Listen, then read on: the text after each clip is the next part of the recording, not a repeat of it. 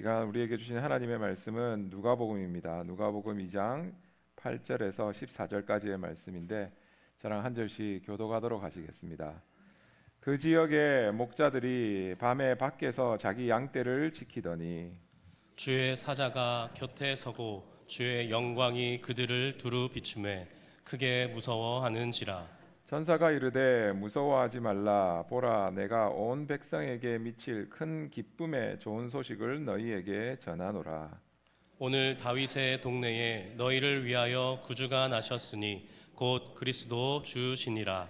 너희가 가서 강보에 쌓여 구유에 뉘어 있는 아기를 보리니 이것이 너희에게 표적이니라 하더니 호련히 수많은 천군이 그 천사들과 함께 하나님을 찬송하여 이르되 다 같이 지극히 높은 곳에서는 하나님께 영광이요 땅에서는 하나님이 기뻐하신 사람들 중에 평화로다 하니라. 아멘. 이 말씀을 가지고 큰 기쁨의 좋은 소식이라고 하는 제목으로 은혜 나누고자 합니다. 이번 주 목요일이 크리스마스 성탄절이기 때문에 오늘은 우리가 성탄주일로 다가올 성탄절을 기다리는 그 시간을 가지고 있습니다. 오늘 본문 가운데 여러분도 읽으셨지만 배경은 2000년 전에 베들레헴에 있는 한 들판입니다. 그곳에는 왕궁도 없고 거룩한 성전도 없었습니다. 그냥 어둠만이 있는 그런 베들레헴에 있는 한 들판이었습니다. 그런데 그 당시에 사는 사람들이 또 삶이 참 힘들었던 삶을 살고 있었습니다. 로마 황제 아우구스투스의 그 폭정 가운데 많은 사람들이 정말 그냥 목숨만을 붙이며 식민지의 삶을 살고 있었던 것이 오늘 본문에 나오는 그 배경이었습니다. 그런데 하나님께서는 그의 아들 예수 그리스도를 이 땅 가운데 보내어 주시며 그런 많은 사람 중에서 자신의 그 기쁜 소식을 여러 사람에게 전할 수 있었을 것인데 하나님께서 특별하게 선택한 사람들은 누구냐면은 베들레헴에 있는 목자들을 선택하여서 하나님께서 그들에게 이 기쁜 소식을 가장 먼저 전해 주셨다는 겁니다. 우리가 한번 생각해 볼 만한 의미가 있는 것 같습니다. 왜 하나님이 하필 많은 사람 가운데서 이 목자들을 선택했는가 하는 것입니다. 오늘 본문 가운데 정말 이 말씀을 통하여서 우리에게 임하시는 똑같은 이 목자들에게 임했는 하나님의 평강과 영광이 우리 모든 성도님들에게 임하기를 주님의 이름으로 축원합니다.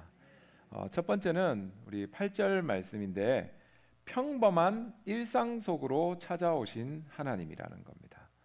그냥 뭔가 특별한 이 목자들이 특별한 게 있었던 게 아니라 그냥 자기의 삶 속에서 해야 될 일을 감당하고 있었는데 그 가운데 하나님이 찾아와 주시고 역사해 주셨다는 겁니다. 오늘 8절 말씀입니다. 우리 한번 다 같이 읽어볼까요? 시작. 그 지역의 목자들이 밤에 밖에서 자기 양떼를 지키더니 아멘. 맨 처음에 목자들이라고 합니다. 예수님께서 이 땅에 오신다는 기쁜 소식을 하나님께서는 황제에게 알려준 것도 아니고 대제사장에게 알려준 것도 아니고 그냥 일반 평범한 목자들에게 알려주셨습니다. 근데 그 당시 목자라고 하는 이 직분이, 이 포지션이 정말 실제로는 그 사회 가운데서 굉장히 소외되는 계층이었습니다. 왜냐하면은 안식일에 우리들은 그 유대인들은 사람들은 내가 오늘 금식을 하겠다라고 하면은 금식을 할 수 있지만 양떼들은 그런 게 아닙니다. 그렇기 때문에 안식일에도 목자들은 양떼를 이끌고 밖으로 나가야만 합니다. 그러니까 자기들에게 맡겨진 일을 어느 때든지 해야 되는 사람들이 목자였습니다. 근데 그것으로 끝나는 것이 아니라 이 목자들은 항상 양떼들과 함께 시간을 보내고 있다 보니 실제로 성전에 갈 때 정결 의식을 제대로 할 수도 없었거니와 정말 그의 삶 속에서 이 유대인들이 원하는 깨끗함을 가지지 못했던 자들이 목자들이었습니다. 그래서 실제로 그 당시에 목자들은 법원에서 증인으로서 그들의 증언은 받아줄 수 없다라고 하는 그런 위치까지 있던 사람들이 누구였냐면은 오늘 본문에 나오는 목자들이었습니다. 그것뿐만 아니라 정말 낮과 밤의 차이 없이 계속 자기에게 맡겨진 양떼를 돌봐야만 하는 사람들이 목자였고, 정말 밤에 그 추위 가운데서도 내게 맡겨진 양떼를 돌봐야 되는 사람들이 목자였습니다. 그런데 참 놀라운 것은 그냥 평소에 자기들이 하고 있던 일 가운데 하나님의 기쁜 소식이 그들을 찾아오게 되었다는 겁니다. 성경에서도 보면 여러분, 많은 하나님이 선택하여서 구별함을 주신 분들이 뭔가 특별함을 하고 있는 상태에서 하나님이 불러주신 것이 아니라 그냥 평소에 자기들이 하고 있는 일을 계속함에 있어서 하나님께서 그들을 불러주셨습니다. 다윗도 자기에게 맡겨진 양떼를 치고 있을 때 하나님께서 사무엘 선지자를 통하여서 그를 불러주셨고, 기드온이라고 하는 그 사사는 그냥 밀타작 마당에서 일하고 있을 때 하나님이 그를 불러주셨고, 모세는 그냥 광야에서 양치고 있는데 하나님께서 버닝부시라고 하는 그것을 통하여서 불러주셨고, 엘리사도 밭을 갈고 있는데 하나님께서 불러주셨고, 주님의 제자들도 많은 사람들이 그냥 자기의 삶 속에서 물고기를 잡고 있는 가정 가운데 평소에 하던 그대로 있는 그 상황 가운데 하나님께서 그들을 불러주셨다는 겁니다. 여기에 성탄의 신비가 있는 것입니다. 하나님께서는 우리를 무엇을 특별한 것을 해야지 우리를 찾아와 주시고 우리에게 은혜 주시는 분이 아니라, 그냥 우리의 삶 속에서 하나님께서 맡겨주신 것에 대해서 우리가 그냥 열심을 다하고 있을 때 하나님은 우리를 찾아와 만나주시는 것이고, 우리의 삶에 하나님만이 주실 수 있는 은혜를 더하여 주신다는 겁니다. 여러분, 상상해 보십시오. 내가 매일 하고 있는 그 일 가운데 어느 날 하나님의 기쁜 소식, 감사함의 은혜가 넘치게 되는 것을 상상해 보시고, 내가 매일 하는 집안일인데 그 가운데 하나님의 기쁜 소식이 나를 찾아와 주시는 것이고, 정말 세상 가운데서 우리에게 맡겨진 일을 감당하는 평범한 일을 하는 우리에게 하나님의 기쁜 소식은 찾아와 주신다는 겁니다. 우리가 특별하고 잘났기 때문이 아니라 그냥 하나님께서 우리를 선택하여 주셔서 그런 기쁜 소식을 더해 주시는데, 근데 그게 끝이 아닙니다. 그게 끝이 아니고 더 은혜가 되는 것은 뭐냐 하면, 오늘 8절 말씀 다시 보겠습니다. 제가 읽습니다. 그 지역의 목자들이 밤에 밖에 나가서 자기 양떼를 지키더니 라고 하는 말을 줍니다. 밤에 밖에 나갔다는 겁니다. 캘리포니아와 이스라엘은 기후가 굉장히 비슷합니다. 낮에는 아무리 덥다 하더라도 밤이 되면 온도가 확 떨어지는 사막 날씨를 가지고 있는 지역이 이 이스라엘입니다. 근데 목자들이 밤에 밖에 나가서 양을 쳤다고 하는 것은 굉장히 힘든 시간을 지내고 있는 그 목자의 모습을 보여주는 겁니다. 평소에 나에게 맡겨진 일을 감당하는데 특별히 이날은 밤에, 그것도 안이 아니라 바깥에서 지나며 굉장히 어려운 시간을 지나는 것이 이 목자들의 지금 상황이었다는 겁니다.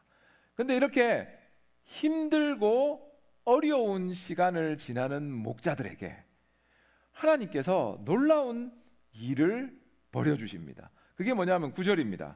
우리 한번 다 같이 읽어봅니다. 시작.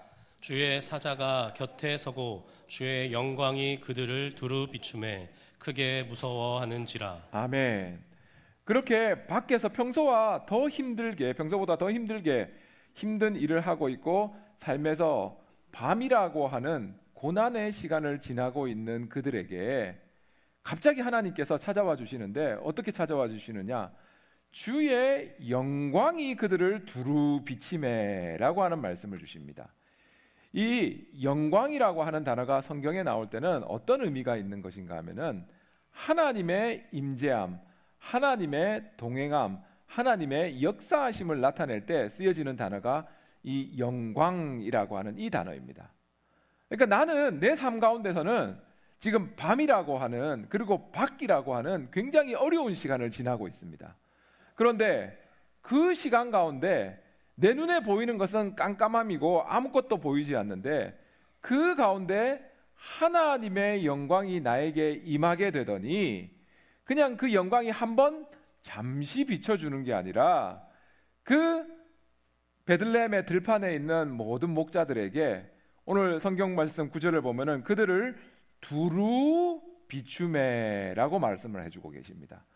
그러니까 하나님의 영광이 잠시만 그들을 향해서 일하는 것이 아니라 그들의 온 삶을 감싸주고 있다는 겁니다. 금방까지는 너무나도 어렵고 답답하고 아무것도 볼 수 없는 밤이었는데 갑자기 하나님의 영광이 나에게 임하고 그 영광이 두루 나를 감싸게 되더니 내가 지금까지는 있는 이 장소가 그냥 짐승의 냄새나고 정말 아무것도 보이지 않는 장소였는데 하나님의 영광이 임하고 그것이 나를 두루 감싸므로 인하여서 똑같은 장소가 어떻게 변하는가?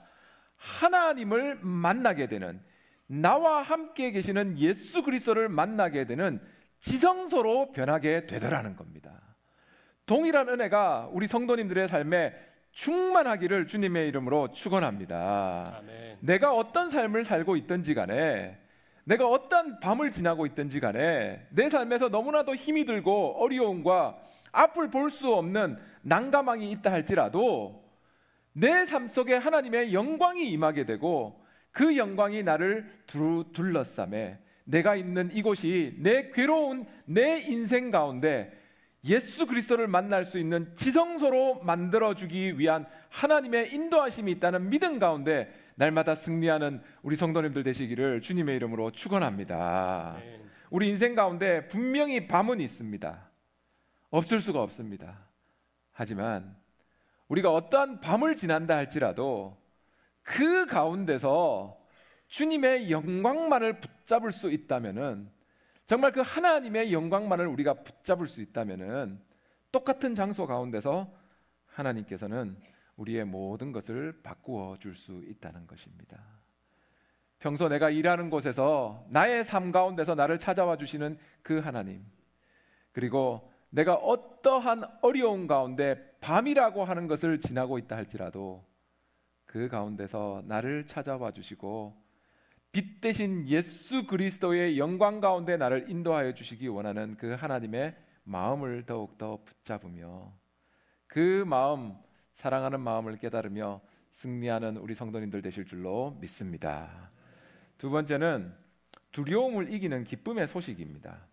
오늘 본문 10절과 11절과 12절을 읽는데 지금 상황이 어떤 상황이냐면은 정말 아무것도 보이지 않는 그 상황 가운데서 갑자기 하나님의 영광이 그들에게 임하게 되는 것이고 그들을 둘러싸게 됩니다. 그때 너무나도 그들이 당황함이 있었는데 그 가운데 천사가 그들에게 이런 말을 해줍니다. 10절, 11절, 12절 같이 읽어봅니다. 시작. 천사가 이르되 무서워하지 말라. 보라, 내가 온 백성에게 미칠 큰 기쁨의 좋은 소식을 너희에게 전하노라. 오늘 다윗의 동네에 너희를 위하여 구주가 나셨으니 곧 그리스도 주시니라. 너희가 가서 강보에 쌓여 구유에 뉘어 있는 아기를 보리니 이것이 너희에게 표적이니라 하더니. 아멘. 천사가 두려워하는, 정말 기쁨 가운데 있지만 두려움에 있는 그 목자들에게 너희에게 오는 예수 그리스도가 이런 분이시다라는 것을 세 단어로 표현해 주고 있습니다. 그 세 단어가 어디 나오냐면은 11절에 나옵니다. 자, 오늘 다윗의 동네에 너희를 위하여, 첫 번째는 예수가 구주다라고 말을 하고 있고, 두 번째는 예수님이 그리스도다라고 말씀하시고 계시고, 세 번째는 예수님이 주시다라고 말을 하고 있습니다. 요거는 우리가 좀 의미를 알아야 됩니다. 맨 처음에 예수님에 대해서 구주다라고 말씀하신 것은, 구주는 어떠한 의미, 영어로 보면은 Savior라고 하는 건데 그 의미는 내 삶 가운데서 죄와 사망에서 나를 건져 주실 수 있는 분이 구주시다, 예수 그리스도다라고 하는 그 믿음의 고백이 구주다라고 하는 그 고백입니다. 그리고 두 번째 나오는 그리스도다라고 하는 것은 예수님이 그리스도다. 그래서 우리는 그걸 붙여가지고 그냥 예수 그리스도다라고 말을 하는데, 그리스도라고 하는 것은 이 헬라어이고 구약에 나오는 히브리어로는 이게 메시아라고 하는 똑같은 의미가 있습니다. 영어로 이거를 바꾸면 어떤 의미가 있냐면은 anointed one, 기름 부은 자다라고 하는 게 있습니다. 그러면 이게 어떤 의미가 있냐면은 구약에서 기름 부음을 받을 수 있는 사람은 딱 세 종류의 사람밖에 없었습니다. 왕과 제사장과 선지자입니다. 근데 예수님이 그리스도시다라고 하는 이 말에 담긴 의미는 예수님은 모든 하나님 나라의 왕이 되시는 분이 예수 그리스도이시고 하나님과 우리를 이어주는 제사장의 역할, 제사장이 하나님과 우리를 이어주는 역할을 했는데 하나님과 우리를 이어주는 제사장의 역할을 하는 분이 예수님이시고 그리고 하나님의 말씀을 이 땅 가운데 육신으로 오신 분이 예수 그리스도이기 때문에 선지자의 역할을 감당하시는 분이 예수님이다라고 하는 표현이 바로 예수는 그리스도다라고 하는 이 말에 포함이 되어 있는 겁니다. 그러니까 예수님은 우리의 구주가 되시고 예수님은 우리의 그리스도가 되시고 그리고 맨 마지막에 예수님은 우리의 주가 되신다라고 하는 것은 내 삶의 통치자, 내 인생의 통치자, 이 우주의 모든 것의 통치자 되시는 분은 우리 예수님이다라고 하는 표현이 구주가 되시고 그리스도가 되시고 주가 되신다라고 하는 이 표현에 다 포함되어 있는 겁니다. 그럼 이건 엄청난 이 천사들의 고백이 되는 겁니다. 근데 이것을 참 재밌는 것이 이 목자들이 아니 그렇게 위대한 구주시고 그리스도시고 주를 만나 뵙게 될 때 어떻게 우리가 그를 알 수 있습니까? 라고 하는 질문이 들 수 있는데 그것에 대해서 참 하나님의 놀라우신 인도함이 있는 게 이 사람이 바로 내가 보낸 사람이다 라고 하는 것을 12절에 말하고 있습니다. 12절 우리 한번 다 같이 다시 읽어보겠습니다. 시작.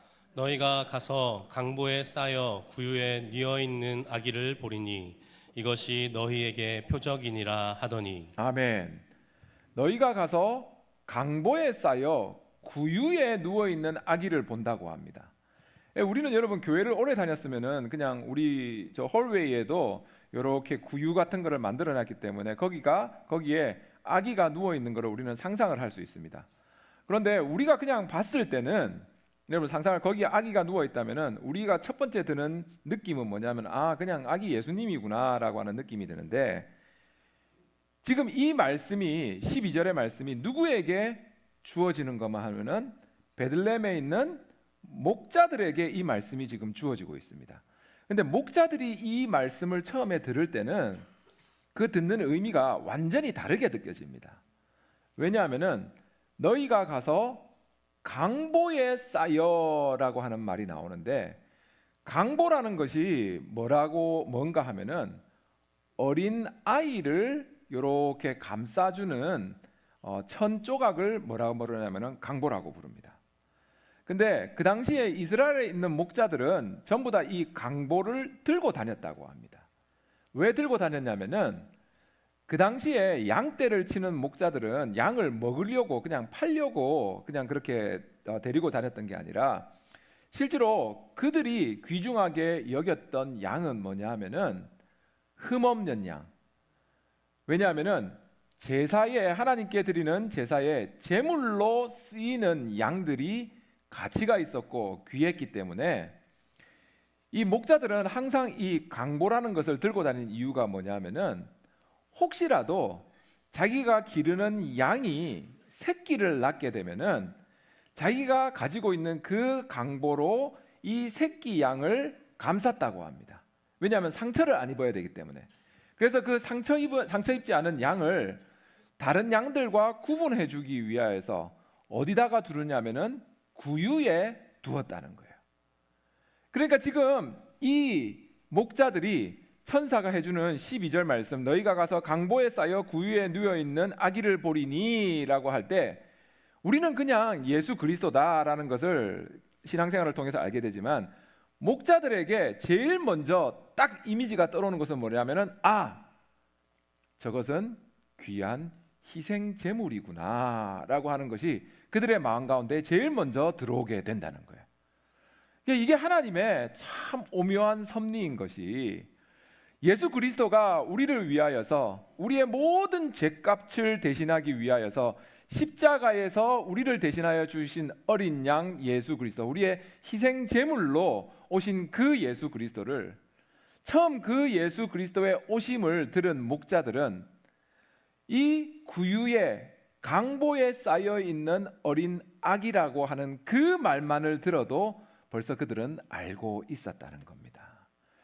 여러분, 하늘 보좌에 있으신 그 예수 그리스도가 이 땅 가운데 그냥 구유 가운데 강보에 쌓여서 왔다는 것은 정말 얼마나 우리를 사랑하시는 그 하나님의 사랑을 나타내기 위하여서 우리의 수준보다 더 낮은 수준으로 낮아지셔서 우리에게 와주신 예수 그리스도라는 겁니다.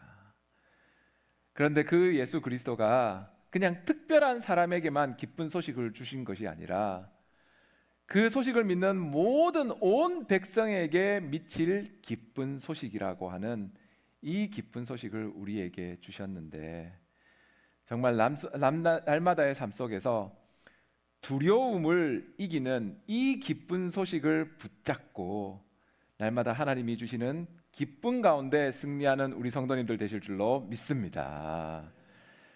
목요일 날이 성탄절입니다. 크리스마스입니다. 그리고 오늘은 교회력, 철치 캘린더라고 하는 것에 말을 하면은 이게 우리가 대강절이라고 하는 절기입니다. 대강절이라고 하는 것은 예수 그리스도의 강림을 기대하고 기다리는 시간이다라고 해가지고 대림절 또는 대강절이라고 우리가 부릅니다. 근데 대강절이라고 부르는 그 단어가 영어로는 Advent라고 하는 단어인데, 그 Advent가 어디서 온 단어인가 하면은 이 헬라어에서 아드벤투스라고 하는 단어에서 온 단어가 Advent, 대강절이라고 하는 단어입니다. 근데 이 아드벤투스라고 하는 이 단어는 예수님 시절에 어떻게 쓰여지게 되었냐면은, 실제로는 로마 황제가 새로운 마을을 방문할 때 그 방문함을 준비하는, 이제는 황제가 당신의 마을을 방문합니다라고 하는 그것을 가르쳐 주기 위하여서 쓰였던 단어가 아드벤투스라고 하는 단어입니다. 아드벤투스라고 하는 단어를 들을 때 모든 사람들은 어떻게 하느냐면은 정말 자기들의 그 동네에 길을 닦고 광장을 청소하고 정말 정갈한 모습으로 자기를 꾸며서 이 황제가 자기들을 방문하는 것을 준비하는 그 시간이 바로 아드벤투스라고 하는 그 기간이었다는 겁니다. 근데 이거를 알고 있던 1세기에 있는 초대교회 성도들은 그것을 황제에게 썼던 것이 아니라 예수 그리스도의 오심, 예수 그리스도를 기다리는 그 기간 동안을 똑같은 단어로 아드벤투스, 대강절, 나의 구주는 로마의 황제가 아니고 내가 기다리고 있는 나의 황제는 예수 그리스도다라고 하는 그 믿음의 고백으로 이 아드벤투스, 아드벤트, 대강절이라는 단어를 쓰게 되었다는 겁니다. 여러분, 우리가 정말 우리의 삶 속에서 하나님만이 주실 수 있는 은혜를 더하기 위하여 이 땅에 오신 예수 그리스도를 기다리는 이 대강절의 기간 동안 정말 그 기다림을 더욱더 이 초대 교회에서 고백했듯이 나의 구주는 세상 가운데서 나에게 줄 수 있는 평안함이나 세상 가운데 있는 것이 아니고 예수 그리스도가 나의 구주 되십니다라고 하는 동일한 초대 교회와 같은 믿음의 고백 가운데 더욱더 하나님이 주시는 은혜로 승리하는 우리 성도님들 되시기를 주님의 이름으로 축원합니다. 한국 사람들이 우리가 알기에는 모든 것을 빨리빨리 해야만 한다고 생각을 합니다. 물론 우리가 일을 할 때 우리와 같이 일하는 외국인들도 가장 먼저 배우는 단어가 빨리빨리라고 하는 단어는 사실입니다. 근데 제가 책을 읽다 보니 지금은 돌아가신 이어령 교수가 하는 말이 있는데 아니라는 거예요. 한국 사람들은 기다림의 미학을 아는 사람들이 한국 사람이라는 겁니다. 왜냐하면은 밥의 맛을 결정하는 것은 화력이 얼마나 센가가 아니고 밥이 다 된 뒤에 뜸들임을 얼마나 잘하느냐가 그 밥의 맛을 결정하는데, 그거는 한국 사람들이 안다는 거예요. 밥이 그냥 다 되었다고 먹는 것이 아니라 뜸들임을 기다릴 줄 아는 사람들이 한국 사람들이고, 한국 사람들이 좋아하는 된장, 고추장, 아니면 간장, 김치 전부 다 시간이 지나야지만 그 완성도가 있는 발효식품이라는 거예요. 기다림을 우리는 기다리면서 완성되는 것을 기대하며 기다릴 줄 아는 사람들이 한국 사람들이라는 겁니다. 그러면은 우리가 믿는 예수 그리스도도 마찬가지인 겁니다. 크리스마스 당일이 중요한 것이 아니라 우리가 믿는 그 예수 그리스도를 기다림에 있어서 정말 세상이 줄 수 없는 은혜와 세상 가운데서는 받을 수 없는 그 하나님의 기쁜 소식을 우리에게 분명히 예수 그리스도를 통하여서 전해주신다는 믿음을 가지고 있을 때 우리는 목자들과 같은 밤이라고 하는 시간을 지난다 할지라도 그 가운데 두려움을 이길 수 있는 기쁜 소식을 예수 그리스도를 통하여서 우리는 분명히 받을 수 있게 된다는 것입니다. 그런 믿음 가지고 날마다 승리하는 우리 성도님들 되시기를 주님의 이름으로 축원합니다. 그리고 예수 그리스도의 오심은 하늘에는 영광, 땅에는 평화라는 겁니다. 오늘 14절 말씀입니다. 다 같이 읽어보도록 합니다. 시작. 지극히 높은 곳에서는 하나님께 영광이요 땅에서는 하나님이 기뻐하신 사람들 중에 평화로다 하니라. 아멘. 예수 그리스도의 오심은 두 가지 방향으로 우리의 삶에 큰 결과를 더해 주십니다. 첫 번째는 수직적으로는 하나님께 영광입니다.